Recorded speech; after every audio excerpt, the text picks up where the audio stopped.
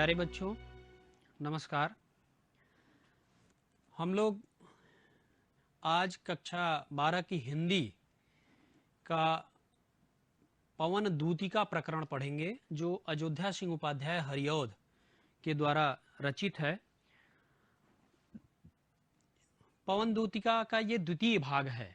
प्रथम भाग हम आपको पढ़ा चुके हैं। द्वितीय भाग में सबसे पहले तो प्रिय प्रवास से ली गई है जो खड़ी बोली का प्रथम महाकाव्य है। आपको पहले भी मैं बता चुका हूं।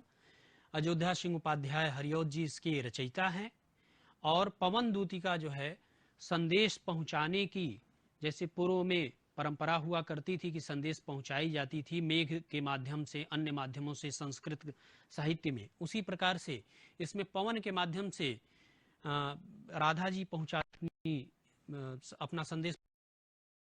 और जो की मान्यताएं थी काव्य की, इसमें आधुनिकता भरा गया है। इस काव्य में आधुनिकता से ओतप्रोत यह ग्रंथ है। इसमें राधिका जी लोक सेविका रूप में हमें दिखाई देती हैं, जो चिंतित रहती हैं वहां के रास्ते में जाते समय कि कोई ललना मिलेगी और अगर वो धूप से तपती होगी तो उसकी सेवा करने के लिए वो कहती हैं। उसके बाद हम लोग 8 छंद पढ़ चुके थे। 9वें छंद में हम देखते हैं कि पवन मथुरा धाम जब पहुंचती है तो राधिका जी कहती हैं कि जाकर के वहां तुम्हें करना क्या है। जाते जाते पहुंच मथुरा धाम में उत्सुका हो, न्यारी शोभा वर नगर की देखना मुग्ध होना, तू होवेगी चकित लख के मेघ से मंदिरों को, आभा वाले कलश जिनके दूसरे अर्क से हैं। कहती हैं राधा कहती हैं कि हे पवन, तुम जाकर के मथुरा में उत्सुक होकर के वहां की शोभा देखना, व उस नगर की शोभा देखना और मुग्ध हो जाओगी। इतनी सुंदर है मथुरा नगरी। तू होवेगी चकित लख के मेरु से मंदिरों को, जो सुमेरु पर्वत के समान जो मंदिर हैं, सुमेर पर्वत के समान ऊंचे मंदिर हैं, उसको देख करके तुम चकित हो जाओगी, आश्चर्यचकित हो जाओगी।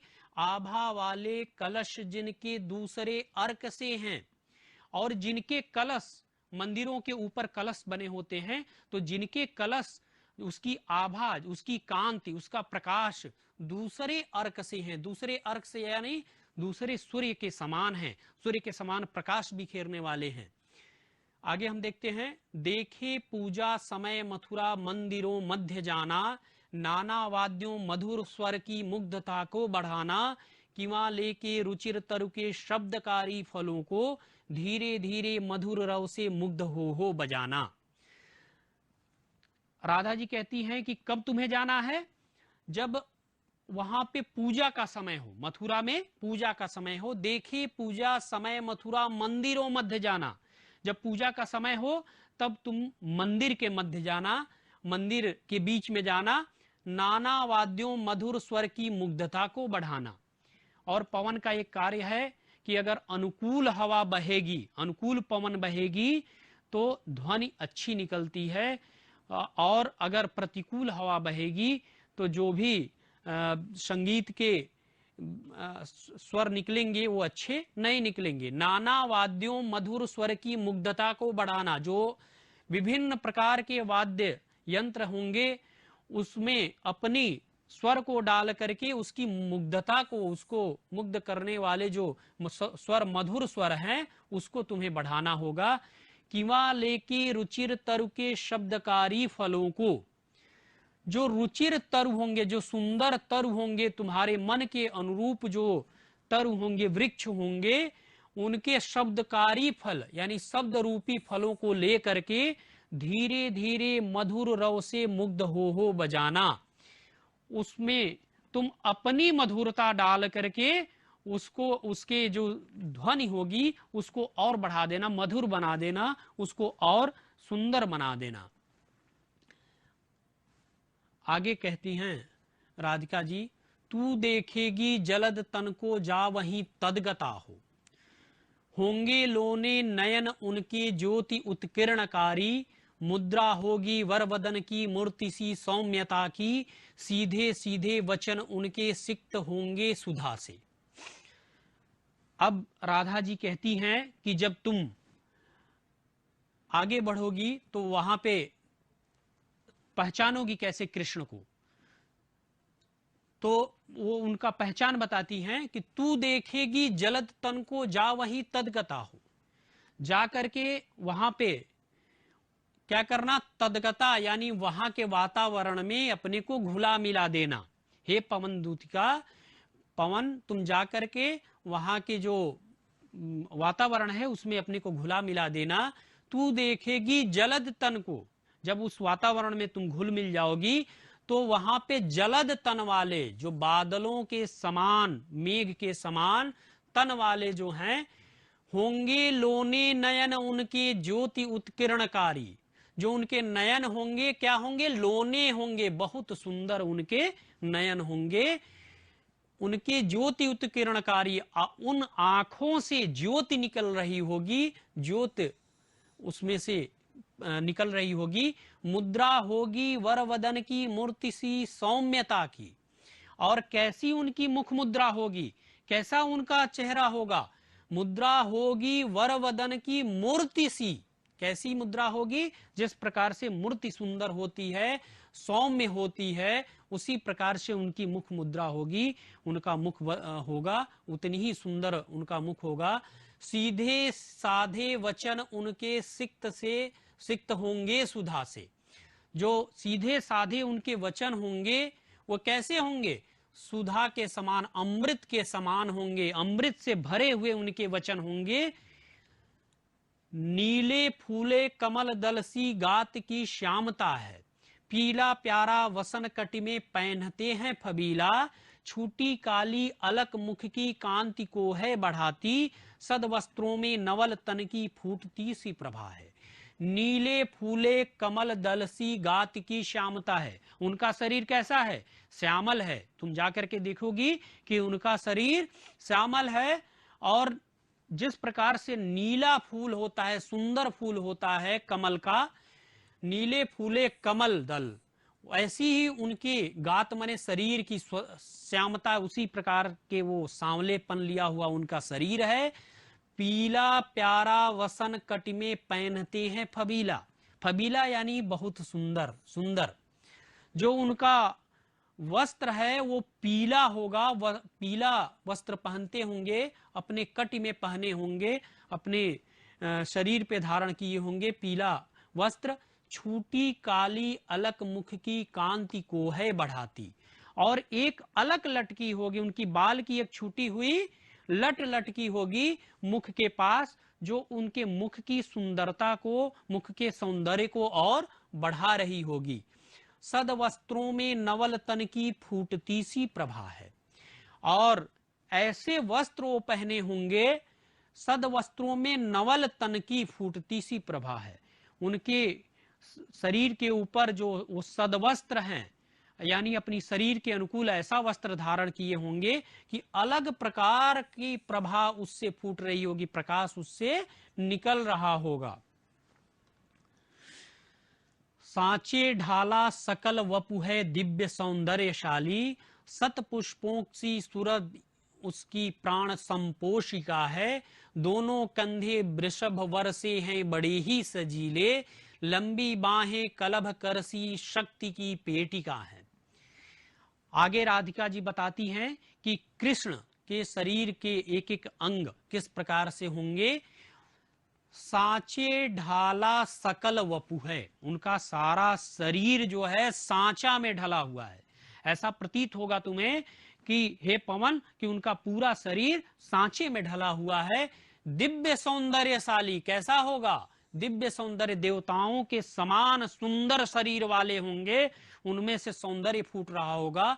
सत पुष्पों सी सुरभि उसकी प्राण संपोषिका है, जो उनके शरीर से सुगंध निकल रही होगी, जो सुगंधित वायु निकल रही होगी, वो सत पुष्पों सी सुरभि यानी सुंदर फूलों से निकलने वाले सुगंध के समान उनकी सुगंध होगी शरीर की। दोनों कंधे वृषभ वर्षे हैं बड़े ही सजीले। और जो दोनों कंधे होंगे कृष्ण के, वो कैसे होंगे? वृषभ वर्षे हैं, श्रेष्ठ सांड के समान कंधे वाले, बलिष्ठ कंधे के समान उनका कंधा होगा। दोनों कंधे वृषभ वर्षे हैं बड़े ही सजीले, लंबी बाहें कलभ करसी शक्ति की पेटिका हैं। और जो उनकी दोनों लंबी बाहें होंगी, बाहें लंबी होंगी और कैसी होगी? कलभ कर, जो हाथी की सूंड होता है, हाथी के सूंड के समान वो मजबूत, हाथी का जो सूंड होता है बहुत मजबूत होता है। उस सूंड के माध्यम से ही वो सारा क्रिया व्यापार अपने शरीर के लिए करता है, चाहे भोजन का डाल तोड़ना हो या कुछ और कार्य करना हो, सूंड के माध्यम से ही करता है। तो कह रहे हैं हाथी के जैसी, हाथी जैसी सूंड के समान उनका शक्ति धारण करने वाली दो लंबी बाहें होंगी। राजाओं सा सिर पर लसा दिव्य आपीड़ होगा। राजाओं सा सिर पर, राजा के समान उनके सिर पर मुकुट, आपीड़ माने मुकुट धारण किए होंगे। और वो भी कैसा होगा? दिव्य आपीड़ होगा, दिव्य मुकुट होगा, देवताओं के जैसा आभा फेंकने वाला होगा। शोभा होगी उभय श्रुत में स्वर्ण के कुंडलों की, और दोनों कान में जो कुंडल होंगे वो सोने के जो कुंडल होंगे उभय श्रुति, दोनों कान में, वो शोभा बढ़ाने वाली होगी।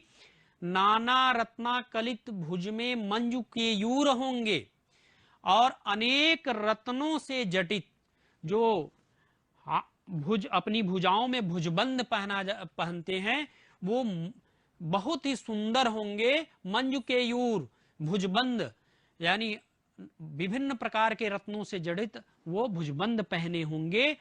मोती माला लसित उनका कंबुसा कंठ होगा, और जो उनका कंठ होगा वो शंख के समान सुंदर होगा, और उसमें मोतियों की माला से लसित होगा, मोतियों की माला उसमें पहने होंगे। जो शंख की बनावट होती है उस गर्दन को बहुत ही सुंदर कहा जाता है। तो राधिका जी बताती हैं कृष्ण की गर्दन उस शंख जैसी सुंदर है, शंख के समान सुंदर है, और उसमें मोती उसकी सुंदरता को, मोती की माला उसकी सुंदरता को और बढ़ा रहा होगा। आगे देखिए अगले छंद में, तेरे में है न यह गुण जो तू व्यथाएं सुनाए, व्यापारों को प्रखरमति और युक्तियों से चलाना, बैठे जो हूं निज सदन में मेघ सी कांति वाले, तो चित्रों को इस भवन में ध्यान से देख जाना। इस छंद में राधिका जी उनकी जब शरीर की पूरी बनावट बता दी कि किस प्रकार का उनका हाथ होगा, किस प्रकार की गर्दन होगी, कैसे देखने में होंगे, कैसे मुकुट पहने होंगे, तत्पश्चात जब तुम उनको पहचान लोगी तो तुम्हें करना क्या है? तेरे में है न यह गुण जो तू व्यथाएं सुनाए। क्योंकि हे पवन, तुम्हारा मुख तो है नहीं कि तुम मेरी व्यथा उनको जाकर के सुना पाओगी, मुख के माध्यम से है, मुख के माध्यम से। लेकिन तेरे में है न यह गुण जो तू व्यथाएं सुनाए, व्यापारों को प्रखरमति और युक्तियों से चलाना। तो तुम्हें करना क्या है? तुम अपना क्रिया व्यापार ऐसा करना, अपने युक्ति से यानी अपनी समझदारी से, इस प्रकार से अपने प्रखर मति से, अपनी बुद्धिमत्ता से ऐसा कार्य करना, ऐसे व्यापार चलाना। क्या करना है उसमें? बैठे जो हो निज सदन में मेघ सी कांति वाले। अगर मेघ के समान कांति वाले, प्रकाश वाले, मेघ के समान चमकने वाले अगर कृष्ण निज सदन में बैठे हों, अपने घर में बैठे हों, तो क्या करना है? तो चित्रों को इस भवन में ध्यान से देख जाना। तो चित्रों को, जो उस घर में अगर कोई चित्र लगा हो तो चित्रों को बहुत ध्यान से जाकर के वहां पे देखना। जो चित्रों में विरह विधुरा का मिले चित्र कोई, तो जाके निकट उसको भाव से यूं हिलाना, प्यारे होके चकित जिससे चित्र की ओर देखें, आशा है यूं सुरति उनको हो सकेगी हमारी। तो उस घर में जाना और चारों तरफ चित्र देखना, और चित्र देखने के पश्चात किस प्रकार का चित्र होना चाहिए? जो चित्रों में विरह विधुरा, जो विरह से तपित हो, विरह से पीड़ित हो, का मिले चित्र कोई। अगर इस प्रकार का कोई चित्र टंगा हो जो विरह से पीड़ित हो, उसमें उसका संदेश विरह से पीड़ित वाला हो उस चित्र का, तो जाके निकट उसको भाव से यूं हिलाना। तो उसके निकट जाना ये पवन, और तुम्हें क्या करना है, कौन सी क्रिया व्यापार करना है? उसको जा करके इस भाव से तुम्हें हिलाना है उस चित्र को, प्यारे होके चकित जिससे चित्र की ओर देखें।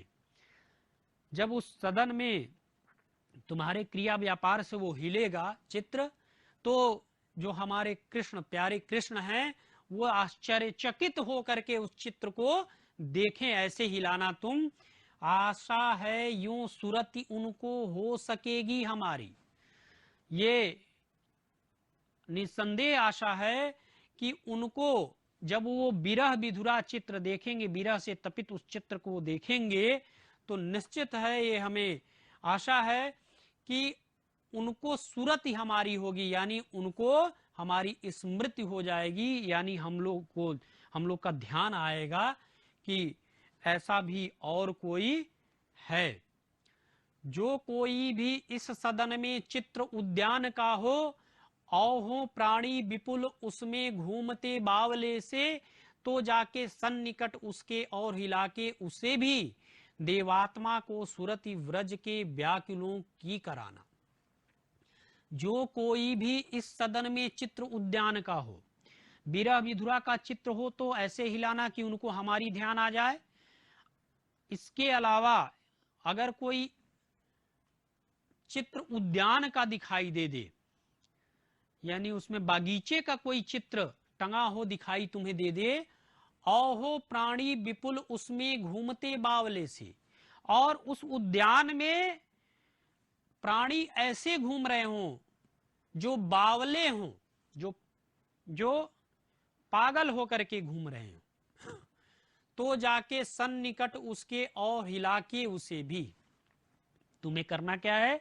उसके सन्निकट जाना है, उसके निकट जाना है, और उस उद्यान रूपी चित्र को तुम्हें इस प्रकार से हिलाना है, देवात्मा को सुरति व्रज के व्याकुलों की कराना।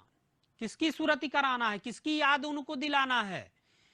उस चित्र के हिलने से उन्हें ब्रज के व्याकुल जो लोग हैं, उनके विरह में जो व्याकुल गोपियां हैं, राधा हैं, शायद उस उद्यान का चित्र देखने से ब्रज की याद उन्हें आ जाए। कोई प्यारा कुसुम कुमला गेह में जो पड़ा हो, तो प्यारे के चरण पर ला डाल देना उसी को, यूं देना ए पवन बतला फूल सी एक बाला, म्लान हो कमल पग को चूमना चाहती है। कोई प्यारा कुसुम कुमला गेह में जो पड़ा हो, इस प्रकार से तुम उस घर में, गेह यानी उस घर में देखना कि कोई पुष्प अगर दिखाई दे, वो भी कुम्हलाया हुआ पुष्प, मुरझाया हुआ पुष्प, अगर तुम्हें वहां कोई दिखाई दे, कोई प्यारा कुसुम कुमला गेह में जो पड़ा हो, अगर कहीं वो पड़ा हो नीचे, तो तुम्हें करना क्या है?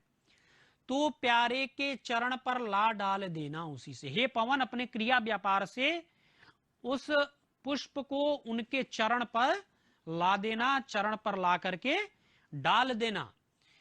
उससे क्या होगा? यूं देना ए पवन बतला फूल सी एक बाला। इससे तुम जाकर के ये बता देना, इस क्रिया व्यापार से ये उनको जतला देना, बता देना कृष्ण को कि हे कृष्ण, यूं देना ए पवन बतला फूल सी एक बाला। जिस प्रकार से यह फूल कुम्हला गया है, उसी प्रकार से एक फूल जैसी बालिका म्लान हो कमल पग को चूमना चाहती है। जिस प्रकार से ये कुम्हलाई हुई पवन है, सुंदर पवन है, पुष्प है, उसी प्रकार से एक बालिका भी कुम्हला गई है जो आपके कमल पग को चूमना चाहती है, उदास हो गई है और उदास हो करके कमल पग को चूमना चाहती है, अर्थात आपके विरह में व्याकुल है, आपके विरह में तप्त हो रही है। हे कृष्ण, आप उसको ध्यान करें। पवन के इस क्रिया व्यापार से हो सके तो शायद कृष्ण को हमारी सूरत ही हो जाए, हमारी याद आ जाए। ये आज का हम लोग का 8 छंद था, 10 छंद था जो हम लोगों ने पढ़ा। छंद पढ़ने के पश्चात हम लोग एक प्रश्न अभ्यास करेंगे। प्रश्न अभ्यास में एक छंद दिया हुआ है, सांचे ढाला सकल वपुहे दिव्य सौंदर्यशाली, सत पुष्पों सी सुरभि उसकी प्राण संपोषिका है, दोनों कंधे वृषभ वर्षे हैं बड़े ही सजीले, लंबी बाहें कलभ करसी शक्ति की पेटिका हैं, राजाओं सा शेर पर लसा दिव्य आपीड़ होगा, शोभा होगी उभय श्रुति में स्वर्ण के कुंडलों की, नाना रत्ना कलित भुज में मंजू के यूर होंगे, मोती माला लसित उनका कंबुसा कंठ होगा। आपकी परीक्षा में इसी प्रकार का पद्यांश दिया रहेगा, उस पर आधारित 5 प्रश्न पूछे जाएंगे जो 2-2 अंक के होंगे। सबसे पहले इसमें पूछा गया है कि प्रस्तुत पद्यांश का शीर्षक और रचनाकार। तो ये शीर्षक इसका पवन दूतिका है, जो प्रिय प्रवास महाकाव्य से लिया गया ये पद्यांश है, और इसके रचनाकार अयोध्या सिंह उपाध्याय हरिऔध जी हैं। दूसरा प्रश्न है, नायिका ने श्री कृष्ण की क्या क्या विशेषताएं बताई हैं।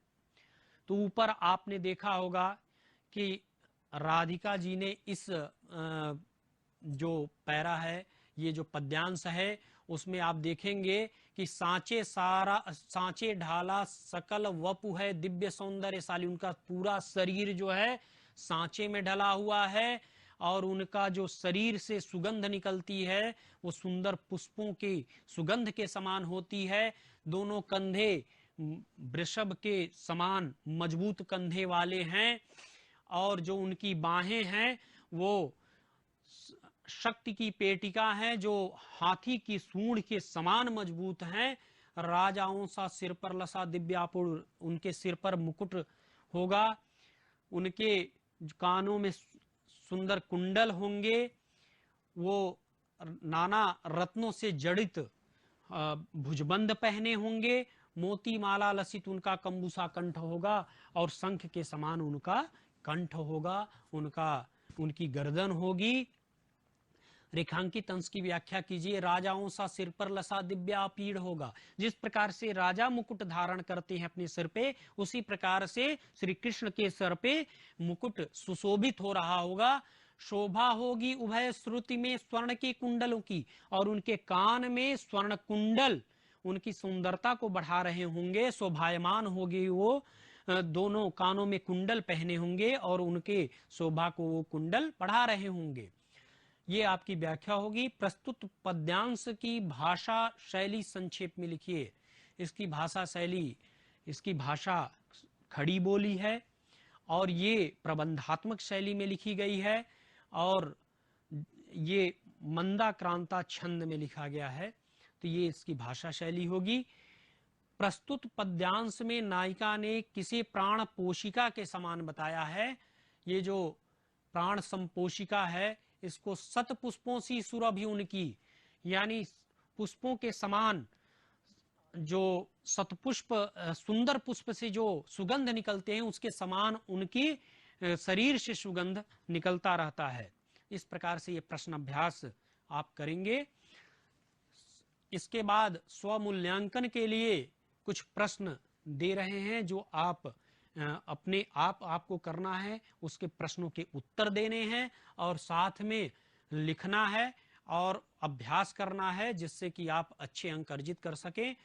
पहला प्रश्न है, उपर्युक्त प्रश्न अभ्यास के आधार पर तेरे में है न हो सकेगी हमारी, ये जो पद्यांश आपके पुस्तक में होगा उसे लेकर के आप इसको जिस प्रकार से ऊपर प्रश्नाभ्यास किया गया है उसी प्रकार से 5 प्रश्नों का उत्तर आप भी उसमें देंगे। इस पाठ के अनुसार श्री कृष्ण के नेत्रों की शोभा कैसी है? जो आंखों की सौंदर्य बताई गई है उसके बारे में क्या कहा गया है इस पैरा में, उसको आपको बताना है, उसको आपको लिखना है और लिख करके स्व मूल्यांकन करना है। आप देखेंगे कि आप किस प्रकार से इस चीज को लिख पाते हैं परीक्षा में।